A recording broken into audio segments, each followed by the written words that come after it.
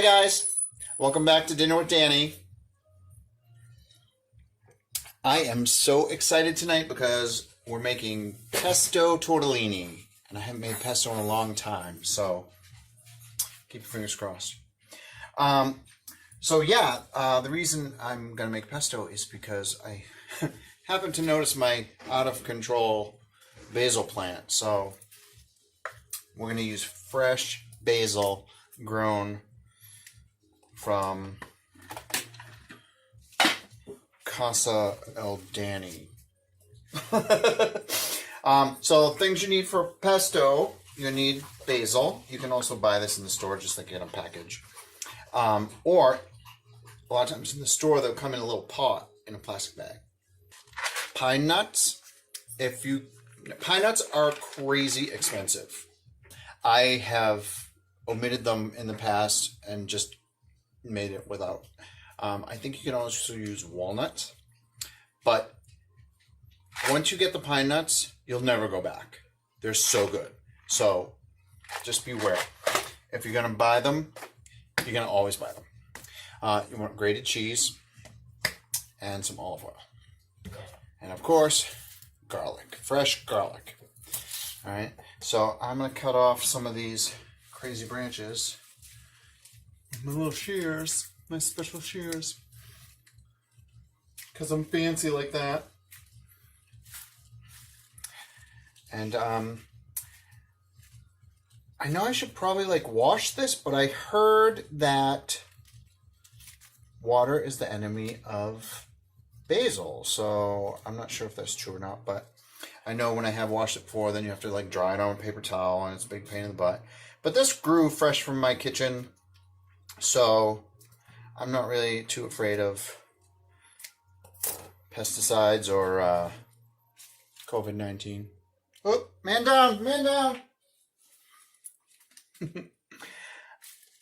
So I'm going to cut up some of this basil, and we're just going to throw it in the food processor with the garlic and the oil and the pine nuts.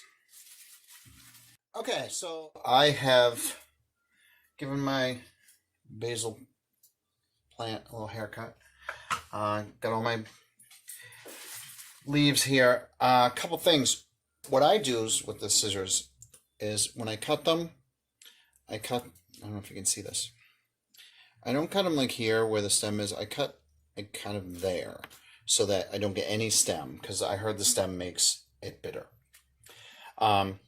And something else to think about if you are growing basil, I also heard, and I could be wrong, I don't know, but I heard that when they flower, they'll get little white flowers on the top if they get really long.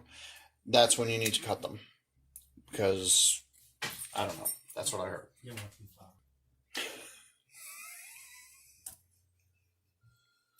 My husband just farted. That'll be in the blooper reel. So I'm going to take my beautiful fresh basil, put it in the food processor. I don't know if you can see that. Let's move this here. Can you see that? There we go. We're going to put in our pine nuts, and I just kind of eyeball it. I can never remember how much basil and how much cheese and how much garlic I need. I just kind of do a little, taste it, see what it needs. Do a little more, taste it, see what it needs. Yeah, pine nuts. Oh, God. Yummy. They're soft and buttery. So I'm going to not use this whole thing yet. I'm going to do probably half. Maybe 3/4. It's my show. Drizzle olive oil. I get extra virgin olive oil. It's supposed to be the best, and I'm fancy. All right, a little olive oil. That came out really fast. Grated cheese. Cheap bottle. Yeah, I got the cheap stuff this time. You can get it, the bag or a block of it and do it yourself, but this is good. If you read the ingredients, it's basically grated cheese with a couple preservatives. The garlic. Okay. I'm going to show you how to do garlic and almost never get it on your fingers, because once you do garlic, your fingers can smell like garlic for days. So I'm going to take a piece of this off, little clove, okay? And I might have to move the camera for this. So I'm going to crush it, and see this little flat end here? I'm going to cut that off. So I'm going to take a big old knife, okay? And I'm going to move my camera here. Okay, so I have my nice clove of garlic. I'm going to put it down, kind of flat side down with your knife. Just give it a little, maybe a, all right, crunch. Then it's kind of broken up. Take this, cut the flat side off carefully. Okay, and you should be able to just pinch the other end, and look at that. Didn't even touch it. No garlic fingers for me.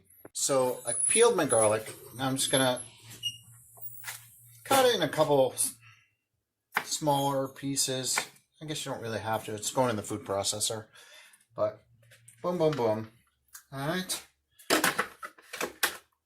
And then we're just going to give it a couple little pulses.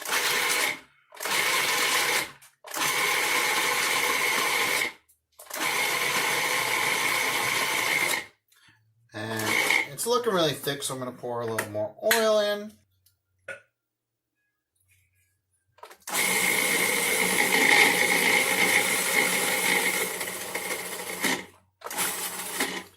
I think I'm going to have to scrape the sides, but it's looking good. Smelling good. Oh my God, it smells good. Scrape the sides down a little bit. Didn't make a very big batch. Like I said, I never know how much to make. I never measure anything, by the way. I always just say, you're the one eating it, so if you like a lot of garlic, put more garlic. If you like less garlic and more cheese, put more cheese, you know?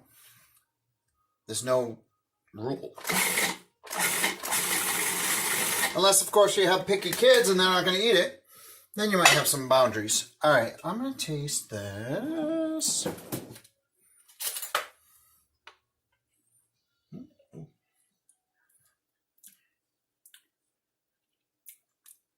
Oh, it's garlicky. Oh, it's garlicky. Wow. All right, I'm going to add a little more cheese and to kind of counteract that. Any pepper and salt? I throw in some more pine nuts. I should probably cut a few more leaves to go in here too. Didn't make much of a batch, and I'm going to make a whole thing of tortellini to put it over. A little more oil.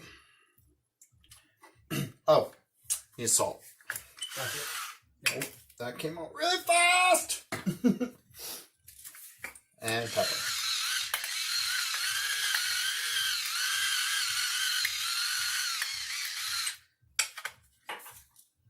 All right. Let's give that a whirl. See what it looks like.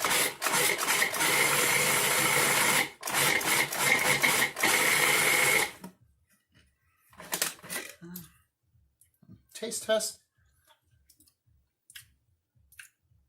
That's good.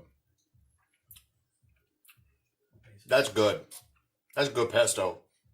That's real good pesto. Oh,